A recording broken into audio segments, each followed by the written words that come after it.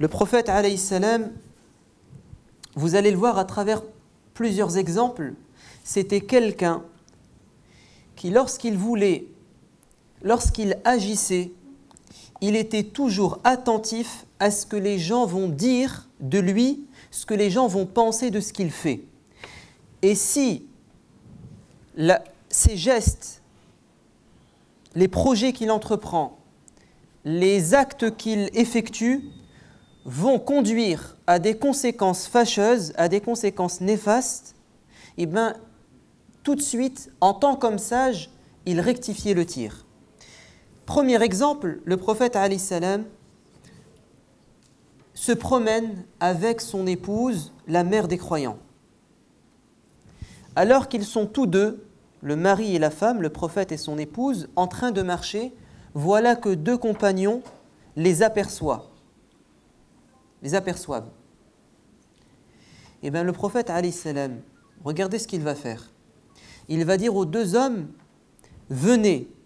Parce que les deux hommes, quand ils ont vu le prophète avec une femme, ils ont pressé le pas. Il leur a dit, ne vous enfuyez pas, venez, j'ai quelque chose à vous dire. Il va leur dire, sachez que cette femme, c'est mon épouse.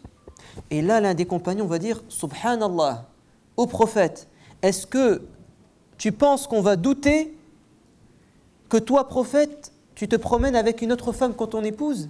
C'est pas possible. Et bien le prophète va leur dire, sachez que le diable, il coule comme le sang coule dans vos veines. Il est à vos côtés, il est très proche de vous, comme le sang qui coule dans vos veines. Autrement dit, je vous fais confiance. Mais le diable peut très bien, dans un moment de faiblesse, vous pousser à penser du mal du prophète alayhi salam. Parce que vous êtes des êtres humains. Et comme vous allez penser du mal, vous allez peut-être parler. Et cette parole va peut-être se transformer en rumeur. Et cette rumeur, peut-être, elle va créer de la zizanie chez les gens. Donc moi, prophète, en tant qu'homme sage, je suis prévoyant. J'anticipe ce que vous ne pensez même pas, mais que vous pourriez penser. Parce que je suis un homme sage qui voit loin. Et vous savez, un homme sage, c'est celui qui a un regard lointain. Il voit très loin. Il voit plus loin que toi qui n'es pas sage. Il est visionnaire. Deuxième exemple, le prophète alayhi salam, et là je vais vous citer exactement le hadith, parce que il peut parfois ce hadith choquer, mais c'est un hadith qui est authentique, rapporté par le Bukhari. Déjà, je vous donne l'idée et ensuite je vous lis exactement la lettre du hadith. Un homme frappe à la porte du prophète alayhi salam et il demande qui est-ce, et on lui dit c'est un tel. Et là, il évoque l'homme en mal. Il dit c'est un homme que je n'aime pas, c'est un mauvais homme, quelqu'un de détestable. Et il dit faites-le entrer. Et quand l'homme va entrer, le prophète alayhi salam va avoir un comportement étrange qui n'a rien à voir avec ce qu'il a dit en son absence. Quand il est entré, il l'a accueilli les bras ouverts. Il a tenu des propos aimables, respectueux, alors qu'il n'en pensait pas moins, alors qu'auparavant, il avait dit que c'était un homme mauvais. Et pourtant, il le traite comme si c'était le meilleur des hommes. Et bien, Aïcha radiyallahu anha, qui observe cette scène, se pose des questions. Et elle dit au prophète, quand l'homme est parti, pourquoi tu as dit du bien de lui, tu as dit du mal de lui, ou tu l'as décrit comme étant quelqu'un de mauvais, et tu as eu un double jeu. Tu as fait preuve de duplicité. On ne dira pas d'hypocrisie, parce que l'hypocrisie c'est négatif. Mais tu as joué un jeu avec lui. Pourquoi au prophète? Écoutez le hadith. Abu Darda rapporte, et c'est un hadith authentifié par le Bukhari. Je vous le lis en français. Abu Darda dit, c'est pas le hadith que je vais vous citer d'abord, c'est d'abord la parole de Abu Darda. Abu Darda dit, nous faisions des grands sourires à certaines personnes alors que nos cœurs les maudissent. Abu Darda, qui est un grand compagnon, il dit, nous faisons des grands sourires à des personnes que nos cœurs maudissent. Donc, on joue un double jeu avec eux. Le Bukhari cite la parole du compagnon et ensuite il ramène un hadith du prophète pour dire que le compagnon, ce qu'il fait, c'est pas quelque chose de mauvais, mais c'est quelque chose qui est tiré de la sagesse du prophète même. D'après Urwa ibn Zubayr, Aïcha lui a dit, parce que Urwa c'est le neveu de Aïcha, donc Aïcha dit à son neveu qu'un homme demanda à entrer chez le prophète. Le prophète dit: il s'agit, permettez-lui de rentrer, il s'agit d'un homme mauvais. Et lorsque l'homme entra, il s'adressa à lui avec des propos très doux. Je lui ai donc fait la remarque: ô prophète, tu as dit de lui ce que tu as dit, puis tu lui as bien parlé. Et le prophète va répondre: Ay Aïcha, inna sharra an-nasi manzilatan 'inda Allahi man tarakahu aw wada'ahu an-nasu ittiqa'a fuhshih. Ô Aïcha, la pire des personnes aux yeux de Dieu, c'est celui de qui on s'écarte, c'est celui qu'on esquive à cause de ses mauvaises mœurs, à cause de son mauvais comportement. On est obligé de jouer un double jeu avec lui pour éviter qu'il nous fasse du mal. Parce que cet homme qui a frappé à la porte du prophète, c'était un homme qui a beaucoup d'estime dans son peuple, dans sa tribu. C'était un notable. Donc si le prophète lui dit ces 4 vérités en face, qu'est-ce qui va se passer? Il va retourner chez son peuple et il va leur dire: Mohammed, il est mauvais. Et le prophète, il est sage. Il pense à son peuple qu'il veut guider. Donc il veut laisser un bon impact sur lui, quitte à jouer un jeu avec lui. Et ça, c'est ce qu'on appelle le pragmatisme politique, un réalisme. Le prophète ici, il a fait preuve de pragmatisme politique. C'est qu'il pense au peuple, cet homme, c'est un homme qui a du pouvoir, qui a de l'influence sur son peuple, et bien je vais jouer un jeu avec lui parce qu'il y a un intérêt en jeu. Et le prophète l'a fait, et c'est une preuve de sagesse et non pas d'hypocrisie. Le contraire, ça serait une preuve de naïveté. Dire tout aux gens directement, eh ben c'est mauvais parfois. Toute vérité n'est pas bonne à dire, comme le dit le dicton. Un autre exemple qui prouve que le prophète alayhi salam, quand il agit avec sagesse. Quand ils ont remporté la victoire après la bataille de Hunayn contre les ennemis, ils ont eu beaucoup de butin. Les musulmans ont mis la main sur beaucoup de butin. Et le prophète a commencé à partager le butin entre les compagnons. Et un homme va se lever et va dire au prophète: tu es injuste. Tu es injuste dans le partage. Et qu'est-ce que vont dire certains compagnons? Ils vont dire: Ya Rasulallah, c'est un hypocrite. Laisse-nous lui couper la tête. Laisse-nous le tuer, c'est un hypocrite. Il te traite d'injuste, toi le prophète, qui incarne la justice. Et regardez ce que va dire le prophète alayhi salam. Et il ne va pas le dire simplement ici, mais il l'a dit à plusieurs reprises. On ne va rien lui faire. Pourquoi? Pas parce qu'il ne mérite pas qu'on le sanctionne, mais parce que les gens vont dire, regardez à quoi il pense. Il pense à l'impact de sa décision. Les gens vont dire, les non-musulmans, que Muhammad tue ses compagnons. Et si les gens, la rumeur court que Muhammad tue ses compagnons, les gens ne vont pas embrasser l'islam. Non seulement c'est faux, mais en plus les gens vont penser que Muhammad c'est quelqu'un de sanguinaire, c'est quelqu'un qui n'hésite pas à tuer ses compagnons. Et quand on lui a dit: Ya Rasulallah, débarrassons-nous du plus grand hypocrite, Abdullah ibn Ubay ibn Saloul, qui a fait beaucoup de mal dans la société médinoise, il a dit: non, on ne va rien lui faire, parce que les gens vont dire que Muhammad tue ses compagnons. Parce qu'un hypocrite, il dit qu'il est musulman, et aux yeux des gens, il est musulman. Et bien si le prophète le tue, les gens vont penser qu'il a tué un musulman. Et ils vont dire: eh bien s'il se convertit à l'islam, ben, il va peut-être nous tuer, en disant qu'on est un hypocrite. Et donc le prophète n'a pas sanctionné ces gens simplement parce qu'il a peur des conséquences de ce qu'il va faire. Et quand il pèse le pour et le contre, il vaut mieux s'abstenir. Un autre exemple,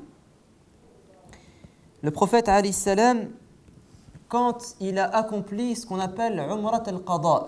Vous savez, à un moment donné, les compagnons, le prophète, ils ont pris la route en état de sacralisation pour aller accomplir la Umrah. Et ils ont été arrêtés par les polythéistes de la Mecque. On le voit dans le film Risala. Et puis il y a le pacte de l'Hudaybiyah. L'année suivante, ils sont venus accomplir la Umrah. C'était ça l'accord. C'est que cette année, vous ne faites pas la Umrah. L'année prochaine, vous venez pendant 3 jours. Le prophète est parti avec des compagnons accomplir la Umrah. Et pendant qu'il faisait tawaf, on lui a dit que les polythéistes de la Mecque prétendaient que les Médinois, c'est-à-dire lui et ses compagnons, ils ont été affaiblis par la chaleur et la fièvre de Médine. Ils sont venus à la Mecque après un long voyage affaiblis. Donc, c'est l'occasion de quoi? De s'en prendre à eux. Et bien le prophète, quand il a entendu ça, qu'est-ce qu'il a fait? Il a dit, allez, on va faire le tawaf en pressant le pas, pour montrer qu'on est en pleine forme. Un geste symbolique qui va dissuader les polythéistes. Et c'est quelque chose qu'on fait jusqu'à aujourd'hui, qu'on répète jusqu'à aujourd'hui. Ça, c'était par rapport aux actes, aux agissements du prophète alayhi salam. Il était sage, il mesurait la conséquence de ses actes. Maintenant, on va passer aux décisions. C'est-à-dire que le prophète alayhi salam, au fond de lui-même, il veut faire quelque chose. Il a un projet. Il a l'intention d'accomplir quelque chose. Eh bien, il va se rétracter. Il ne va pas mettre en application ses idées parce qu'il sait que s'il les met en application, les conséquences ne seront pas bonnes. Et on a beaucoup d'exemples. Le prophète alayhi salam dit لولا أن أشق على أمتي لأمرتهم بالسواك عند كل صلاة أو عند كل وضوء. Si ce n'était ma peur, ma crainte de mettre ma communauté dans la difficulté et la gêne, je leur aurais imposé de se brosser les dents avec le siwak ou de se brosser les dents tout simplement avant chaque prière ou avant chaque ablution ou à chaque ablution. Donc le prophète, il a envie, tellement il considère qu'avoir une hygiène buccale c'est important, se nettoyer les dents c'est important, une bonne haleine c'est important, il pense, il aimerait l'imposer aux gens. Mais il sait que si il l'impose aux gens, les gens ne pourront pas supporter ça. Ça sera trop difficile, trop compliqué. Et donc il ne le fait pas. Autre chose, le prophète alayhi salam, il était un jour sur sa mule. Il se promenait. Et à un moment donné, sa mule, soudainement, elle commence à partir, à courir dans tous les sens, à se sauver, à prendre la fuite. Comme si elle était devenue folle. Le prophète a réussi à la calmer et il dit à ses compagnons, vous savez pourquoi ma mule, elle a eu ce comportement? C'est parce qu'on est passé à côté de quelques tombes où sont enterrés des gens. Et la mule a entendu, elle a entendu la souffrance, le châtiment, le supplice de quoi? Des gens dans la tombe. Parce que les animaux entendent. Comme a dit le prophète alayhi salam, tous les êtres vivants entendent le supplice des gens dans la tombe, sauf as-saqalayn, les êtres humains et les djinns. Et s'ils l'entendaient, ils tomberaient évanouis. Donc la mule a entendu et elle s'est sauvée. Et le prophète dit, regardez ce qu'il dit, si ce n'était ma peur que vous délaissiez l'enterrement des morts, je vous aurais fait entendre le châtiment de ces gens. C'est-à-dire que le prophète, il a une idée, il veut leur faire entendre le supplice des gens dans les tombes, mais il se dit, mais si ils l'entendent, ils vont finir par ne plus enterrer leurs morts, parce qu'ils vont se dire, si j'enterre mon frère ou là mon père, ma mère, peut-être qu'il va souffrir, donc je ne vais plus l'enterrer. Donc le prophète se refuse de faire certaines choses dont il a envie parce qu'il a peur des conséquences. Un autre exemple, le prophète alayhi salam dit, il m'arrive parfois d'entrer en prière, il est l'imam, il entre en prière dans l'intention de prolonger sa prière et il entend les pleurs d'un enfant et il raccourcit sa prière. Donc il a envie de quoi? De lire beaucoup de Coran parce qu'il aimait bien prier le prophète alayhi salam. Mais regardez, quand il entend les pleurs d'un enfant, il raccourcit sa prière. Et ça, c'est une preuve de sagesse. C'est qu'il prend en considération les gens qui sont derrière lui. C'est ça un homme sage. Il ne pense pas à lui, mais il pense à l'intérêt général. C'est pour ça que le prophète a dit aux imams ou aux gens qui peuvent prier en tant qu'imam, si vous priez avec des gens derrière vous, vous devez prendre en considération les faibles, les gens malades et les gens qui sont âgés et dans une version, les gens qui ont une occupation, qui ont un rendez-vous, qui ont un travail. Et si vous priez tout seul, eh bien priez autant que vous voulez. Mais si vous avez des gens derrière vous, vous devez prier selon les faibles, pas selon les forts, selon les faibles. Et ça, c'est la sagesse du prophète alayhi salam. Autre chose, le prophète alayhi salam dit si ce n'était ma peur, si ce n'était le fait que... Bon, je vais y aller à l'envers. Le prophète alayhi salam, il avait comme habitude de quoi? D'accompagner l'armée quand il envoie un détachement militaire en tant que chef de guerre, parce que le prophète était aussi un chef de guerre, il accompagnait l'armée. Et bien parfois, il envoie l'armée et il reste à Médine avec les vieux, avec les femmes, avec les enfants et avec les indigents, alors qu'il est le prophète. Il laisse partir l'armée. Pourquoi? Est-ce que c'est parce qu'il n'a pas envie de combattre l'ennemi pour une juste cause? Pas du tout. Le prophète dit dans un hadith authentique, c'est parce que je sais que mes compagnons qui n'ont pas les moyens de se fournir en armes et de partir accompagner l'armée parce qu'ils n'ont pas d'argent pour se procurer une monture ou bien des armes, parce qu'il faut de l'argent. Comme je sais que ces compagnons pauvres sont tristes quand je pars et je les laisse, eh bien je décide parfois de rester avec les pauvres à Médine, avec les femmes et les enfants, et de vous laisser partir, parce que ça leur fait du mal de savoir qu'eux, ils restent en arrière et le prophète est parti. Et donc, ils se privent de quelque chose qu'ils considéraient être important, à tel point qu'à la fin du hadith, il dit « Et si je pouvais mourir au combat, Allah me ressuscite, je mourrai encore au combat. Allah me ressuscite, je mourrai encore au combat. » Tellement le prophète aimait rétablir la justice sur terre et combattre les gens mauvais. Également, le prophète alayhi salam, un jour il a dit à ses compagnons, j'ai eu comme idée, comme intention de dire à quelqu'un de me remplacer, de faire l'imam. Ensuite de prendre un groupe de compagnons avec moi, de rassembler du bois, de prendre des fagots de bois et d'allumer le feu dans les maisons de ceux qui ne viennent pas prier la prière en groupe à la mosquée, c'est-à-dire les hypocrites. Parce que les hypocrites, à l'époque du prophète alayhi salam, ils évitaient de prier en groupe à la mosquée, surtout la prière de l'Fajr et du Isha. Et comme le prophète sait que ces gens-là ne viennent pas à la mosquée parce que ce sont des hypocrites, il a dit, j'ai eu comme idée de dire à quelqu'un de me remplacer et d'aller brûler leur maison. Mais le prophète ne l'a pas fait. Comme on a dit tout à l'heure, parce que ça va faire scandale. Et les gens non musulmans vont considérer que l'islam, c'est du terrorisme, c'est de la violence, etc.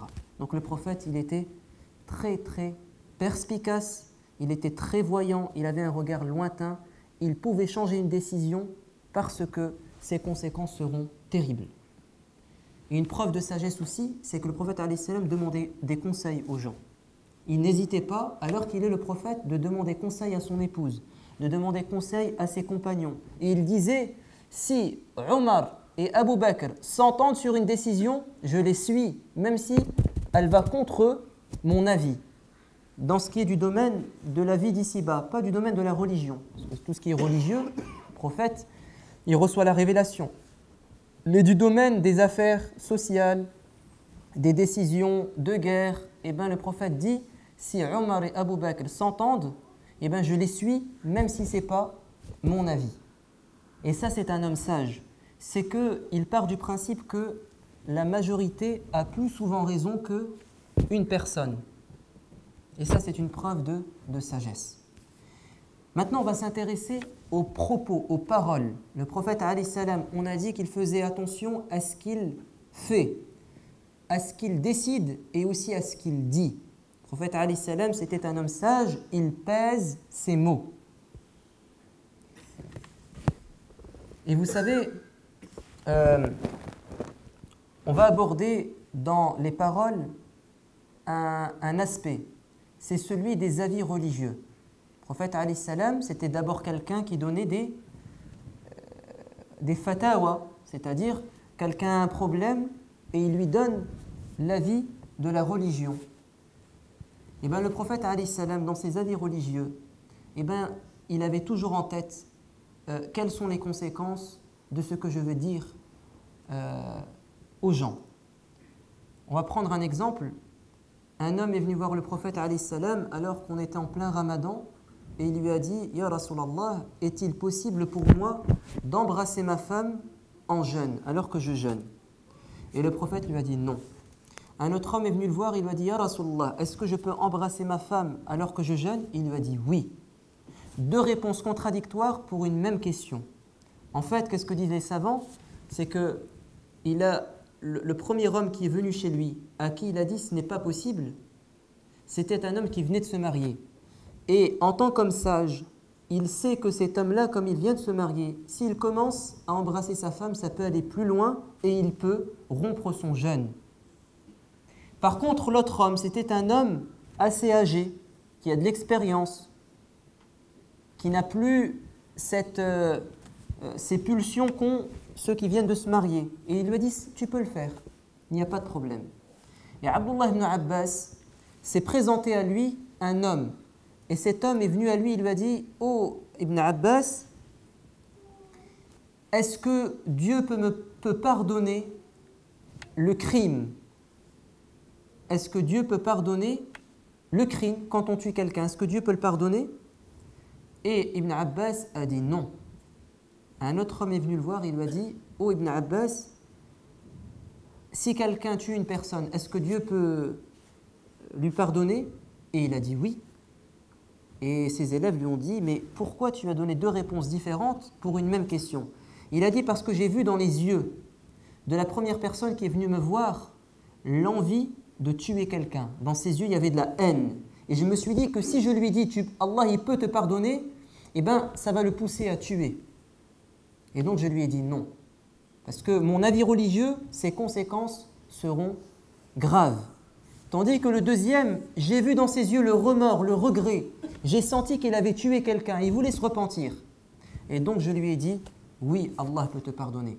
Et ça ne vous rappelle pas l'histoire de celui qui a tué 99 personnes? Il a tué 99 personnes, il est parti voir l'homme qu'on disait être le plus savant de son époque. Et il lui a dit, est-ce qu'Allah peut me pardonner? Je suis un serial killer, j'ai tué 99 personnes. Et il lui a dit, non, Allah ne peut pas te pardonner, c'est trop grave ce que tu as fait. Qu'est-ce qu'il a fait? Eh bien, il a tué cet homme qui n'était pas sage du tout. Et il en a donc tué 100. Et il a regretté. Et il a demandé à rencontrer la personne la plus sage, la plus savante. Et on lui a indiqué un homme. Et effectivement, cet homme-là, c'était un homme sage. Et il lui a dit, j'ai tué 100 personnes, est-ce qu'Allah peut me pardonner? Il lui a dit, oui. Mais attention, si tu veux qu'Allah te pardonne, quitte ta ville, parce que ce sont des gens mauvais, qui ne t'ont jamais interdit de tuer, qui t'ont même poussé peut-être à tuer, et va dans une autre ville où il y a des gens vertueux. Et la fin de l'histoire, vous la connaissez, hein? En cours de route, il est mort, et les anges du châtiment et les anges de la miséricorde se sont disputés son âme. Est-ce qu'on l'emmène au paradis ou bien en enfer? Et Allah a envoyé un ange pour les départager. Il a dit mesurer la distance qui le sépare entre la ville qu'il a quittée et la ville vers laquelle il se dirige. Et il se trouve, par une miséricorde de Dieu, qu'il était plus proche de sa destination. Donc plus proche de quoi? De la ville où il y avait des gens vertueux. Et il est entré au paradis. Et dans une version, Allah a rétréci la distance. La distance au départ, elle était plus grande, mais il l'a rétrécie afin de le mettre au paradis. Donc l'avis religieux, il doit être toujours réfléchi. Et regardez, Ibn Taymiyyah, rahimahullah, qui était un homme éclairé, qui avait la sagesse. Il était un jour dans les rues de l'empire musulman qui avait été envahi par les Mongols. Il était avec son disciple, ses élèves, et ils ont assisté à une scène des Mongols qui sont sous ivres et qui boivent du vin. Et ses élèves ont voulu leur interdire de boire du vin. Parce que le vin, c'est pas bien. Le vin, c'est haram. Qu'est-ce qu'a dit Ibn Taymiyyah? Il a dit non, laissez-les. Laissez-les boire. Ils ont dit, mais est-ce qu'on ne nous a pas ordonné dans notre religion d'interdire le mal et d'ordonner le bien? Il a dit oui, mais si vous les empêchez de boire, ils auront toute leur tête. Et quand ils ont toute leur tête, les Mongols, ils pillent nos maisons et ils s'en prennent à nos femmes. Donc laissez-les boire, c'est un moindre mal. Et ça, c'est un principe dans la religion. Dans l'amr bil ma'ruf et nahy anil munkar, inciter les gens au bien, les inviter à ce qui est bon et les empêcher de faire le mal, résister devant l'injustice, c'est toujours, disaient les savants, conditionné par une règle. C'est que le mal que tu vas interdire ne doit pas être à l'origine d'un plus grand mal. C'est-à-dire que si tu vas corriger la personne et qu'au final, les conséquences seront pires, eh bien tu ne dois pas corriger ce mal. Regardez la différence entre Ibn Taymiyyah, qui a compris ce principe, et un savant qui vivait dans l'ancien empire russe. Ce savant, il a été consulté par un roi de l'époque, un roi de l'empire russe de l'époque. Et ce roi a dit, je m'intéresse à l'islam, et l'islam me plaît. Mais il y a une chose qui me dérange en islam, c'est qu'on ne peut pas boire la vodka.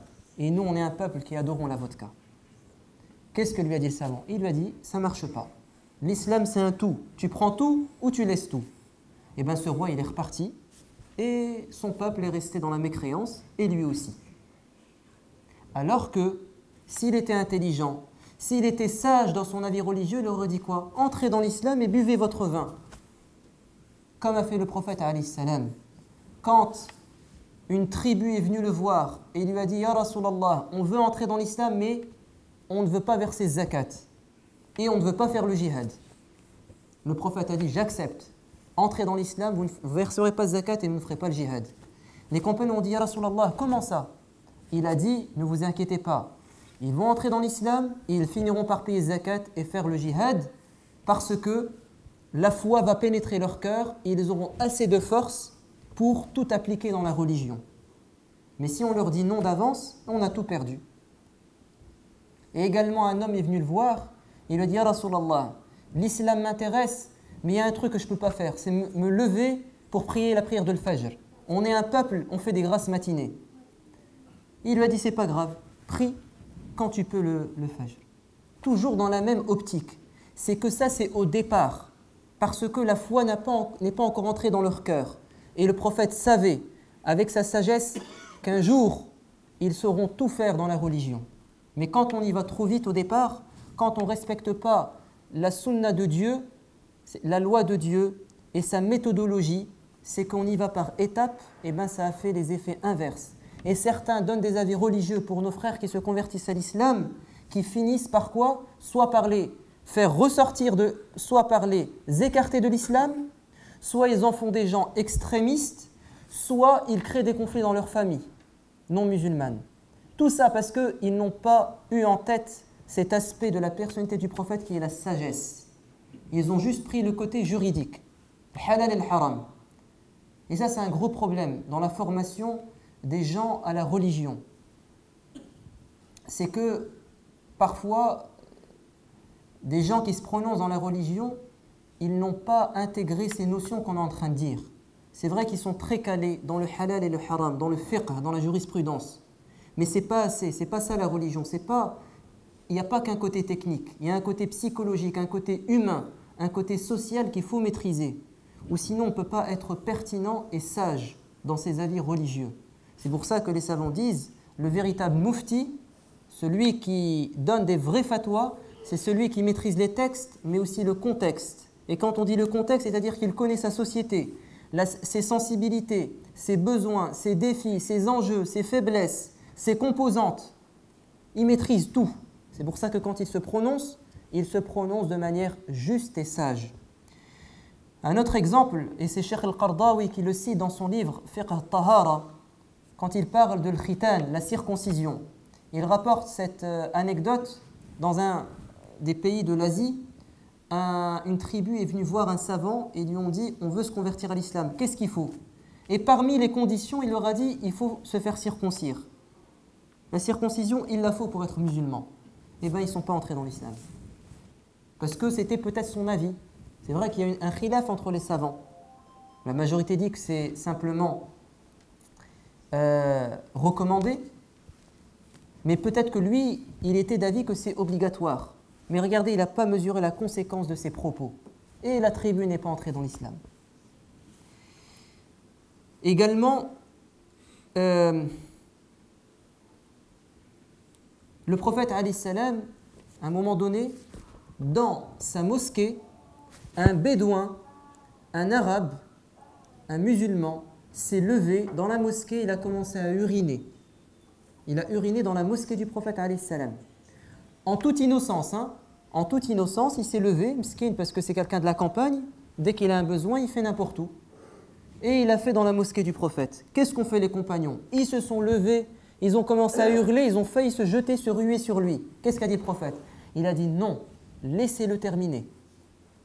Et quand il a terminé, il lui a dit viens, la mosquée n'a pas été faite pour ça. La mosquée c'est pour prier, pour faire du zikr et autre chose. Mais c'est pas pour uriner. Et donc le prophète, il l'a éduqué avec gentillesse, douceur et surtout avec sagesse. Et les savants de cette histoire, ils en tirent une règle. Ils disent dar'ul mafasid muqaddam ala jalb al-masalih. Repousser le mal, c'est prioritaire sur s'attirer le bien ou accomplir le bien. Repousser le mal, c'est plus prioritaire. Et là, le prophète, il a analysé en un quart de seconde les conséquences des gestes de ses compagnons. C'est que si vous vous ruez sur lui, qu'est-ce qu'il va faire? Pris de panique, il va en mettre partout. Et en plus, ça va le couper dans quoi? Dans son urine. Et c'est pas bon pour son corps.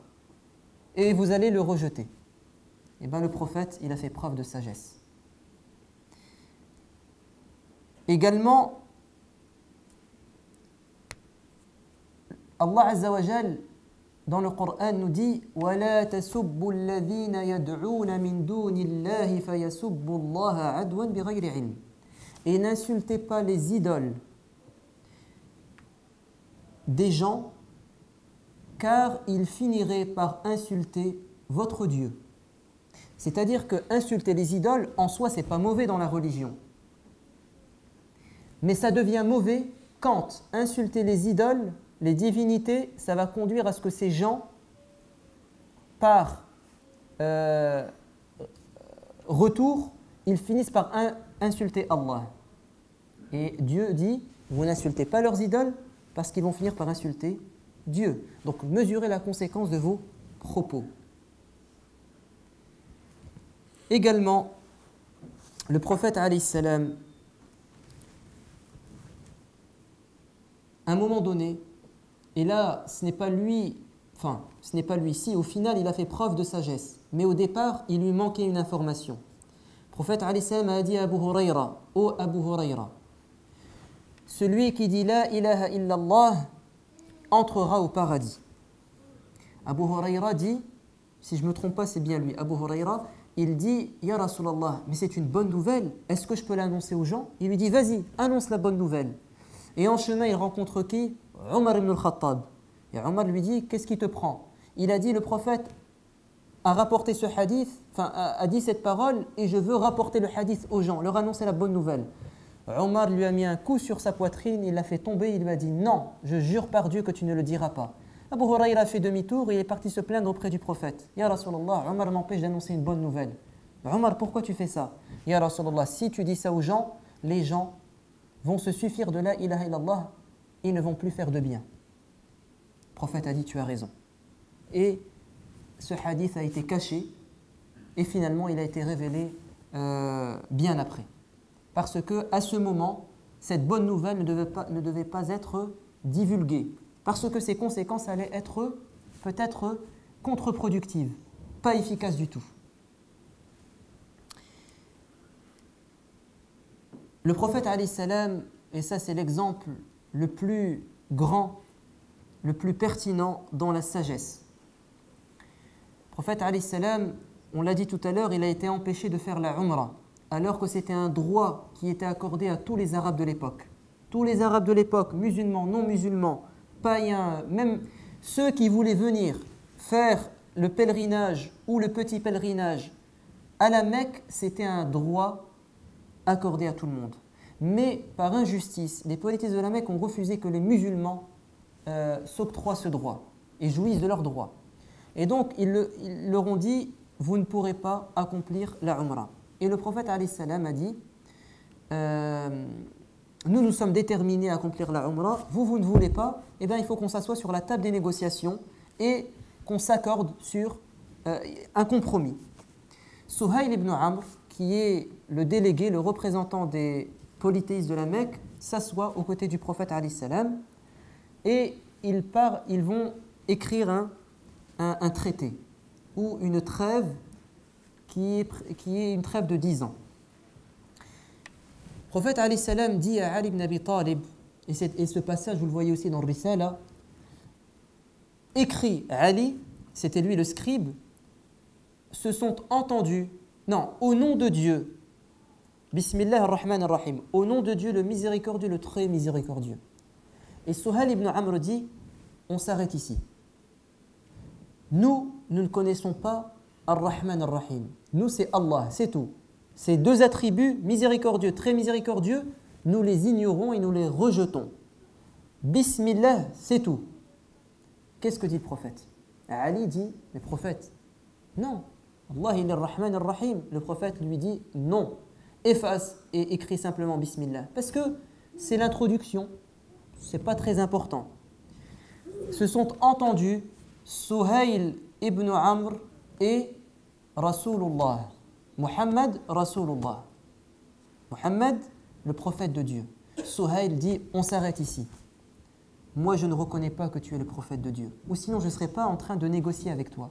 Mais j'embrasserai ta cause. Et le prophète dit à Ali, efface mon statut. Écris simplement Muhammad ibn Abdillah. Muhammad, le fils de son père, Abdullah. Et là, Ali dit, non, prophète, tu es Rasulullah. Comment ça? On va faire cette concession? Suhayl dit, si vous ne voulez pas, on s'arrête. Et bien le prophète dit à Ali, montre-moi où tu as écrit, et le prophète va essuyer de sa main. Parce que on est dans des détails.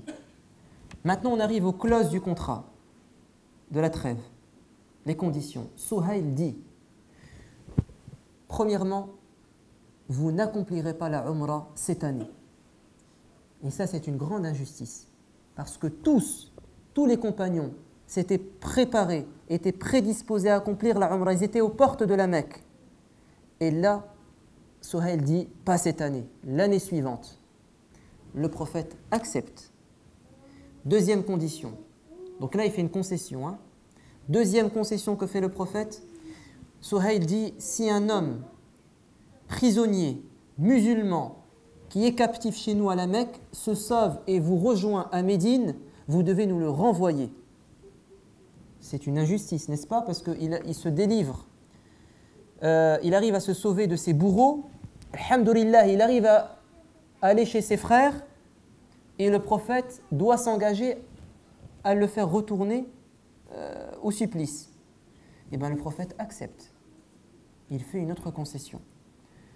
Suhayl ibn Amr dit, c'est pas fini.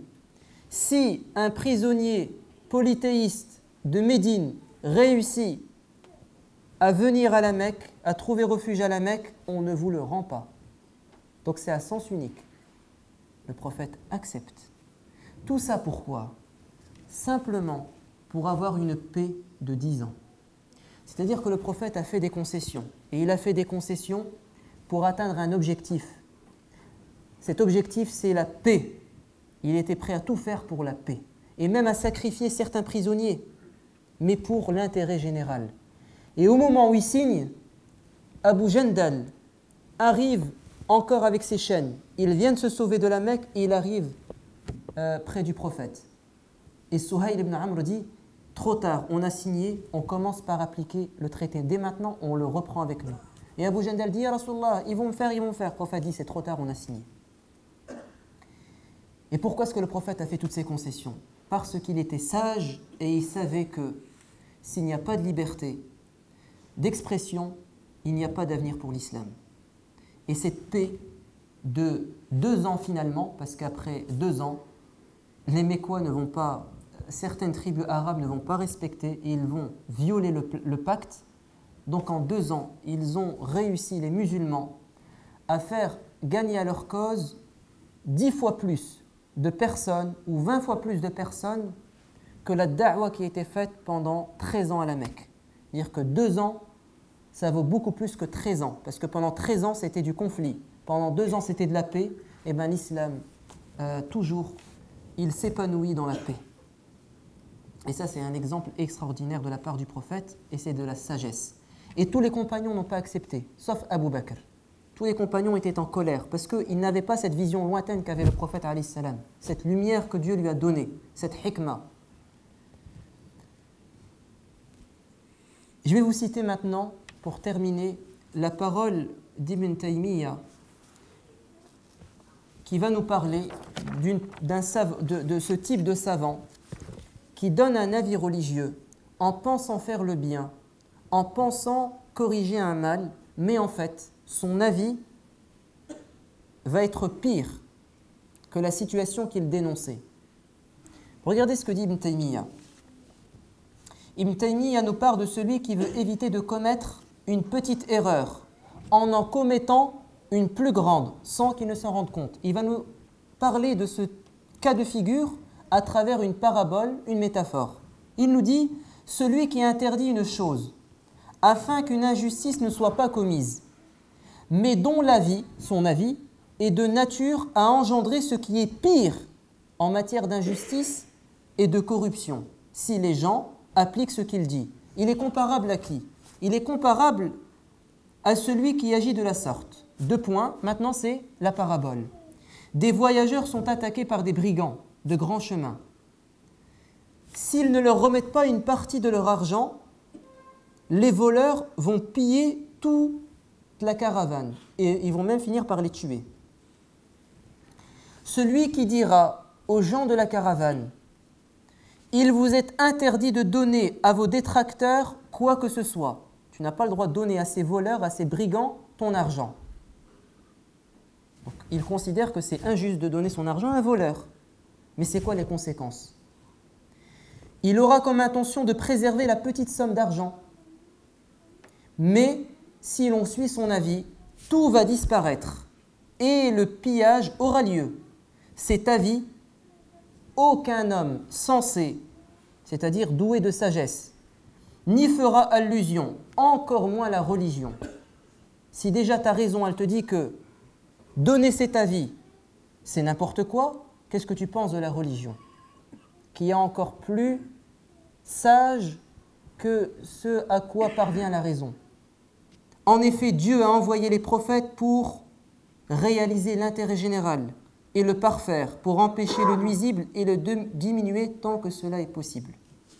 Donc à travers cet exemple, Ibn Taymiyyah il nous dit, le savant, quand il se prononce, quand il donne un avis religieux, ou toi dans ta vie quotidienne, là il parle du savant, parce que souvent on lui fait confiance, et donc on le suit, mais ça peut être toi dans ta vie quotidienne.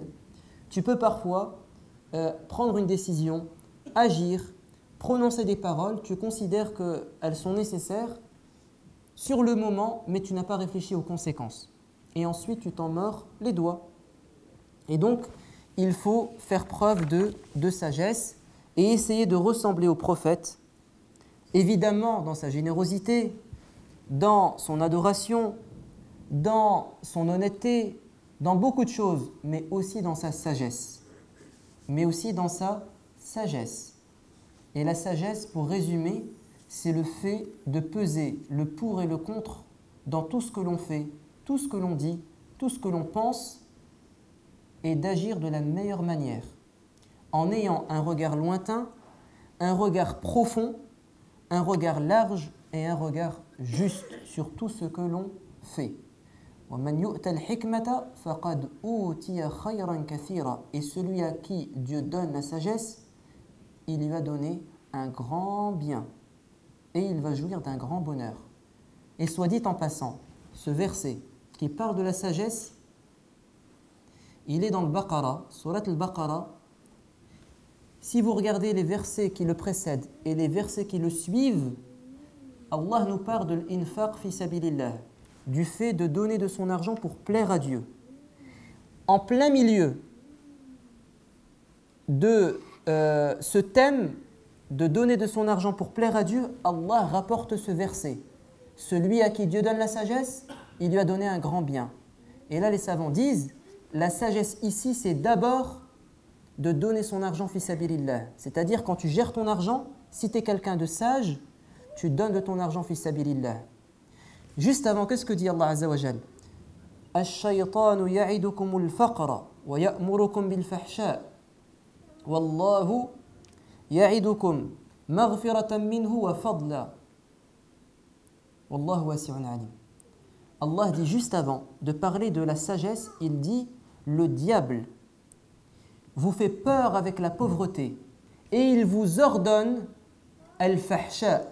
Alors al-fahsha dans le Coran, c'est toujours, sauf exception, et là c'est une exception, ça veut dire la turpitude, c'est-à-dire en fait tout ce qui a un rapport avec l'adultère, la fornication, le copinage, tout ce qui a un rapport avec tout ce qui est sexuel est interdit en islam. C'est ça le fahsha, le fuhsh. Mais ici, le fahsha, les savants disent, c'est le bukhl, l'avarice. Donc le diable te fait peur avec la pauvreté et il t'ordonne l'avarice. Et Allah t'invite à quoi? À un pardon en donnant de ton argent fi sabilillah et fadla à une grâce en te donnant mieux que ce que tu as donné fi sabilillah. Donc la sagesse, c'est avant tout, ici, elle parle de l'argent. Le sage, c'est celui qui gère son argent avec intelligence, et celui qui est intelligent dans sa gestion d'argent, c'est d'abord celui qui donne de son argent fi sabilillah. Pourquoi? Parce que quand tu donnes de ton argent fi sabilillah pour une juste cause, pour des pauvres, pour une mosquée, pour un projet humanitaire, pour ta famille, pour tes amis, un cadeau, tu fais des dons, eh bien, c'est une preuve de sagesse parce que tu sais que le prophète a dit que chaque matin, il y a 2 anges, l'un dit, Ya Allah, donne à celui qui fait preuve de générosité. Augmente les biens, la richesse de celui qui fait largesse de ses biens. Et l'autre ange dit chaque matin, Ya Allah, fais en sorte que l'avare, son argent disparaisse. Et Allah dit dans le dernier verset de sourate Muhammad, Ha antum ha'ula'i tud'auna litunfiqu fi sabilillah, faminkum man yabkhal wa man yabkhalu fa innama yabkhalu an nafsihi, wallahu huwal ghani wa antumul fuqara. Allah dit dans le dernier verset de sourate Muhammad, vous voilà appelés à dépenser de votre argent pour plaire à Dieu. Et il y en a parmi vous qui sont avares. Et celui qui fait preuve d'avarice, il le fait à son propre détriment. Et ensuite Allah te rappelle cette vérité. Et moi et Allah est celui qui est le plus riche, celui qui détient tous les trésors, qui détient ta subsistance, qui se suffit, qui n'a pas besoin de toi. Et vous, vous êtes al-fuqara, vous êtes les pauvres, les indigents, ceux qui ont besoin de Dieu. Donc si lui, il a toutes les richesses, il n'a pas besoin de toi, toi tu es pauvre et tu as besoin de lui, donc donne de ton argent afin que Dieu te mette la baraka dans ta vie. Et si tu fais ça, eh ben, tu es un homme sage dans ta gestion de ton argent. Tu es un homme sage. Et celui qui se croit malin en gardant son argent, en faisant preuve d'avarice, eh ben, en fait, il n'est pas sage du tout, il est insensé, il est même fou, il court à sa perte. Parce qu'en pensant augmenter son argent, il croit atteindre le bonheur, alors qu'on sait très bien que l'argent, c'est un moyen pour se faire plaisir, pour mieux vivre, pour connaître le bonheur tout simplement. Et Allah peut très bien te donner l'argent, mais te priver de bonheur. Donc quand tu donnes de ton argent, eh ben en fait, grâce à Dieu, tu accèdes au bonheur tant recherché. On va s'arrêter ici.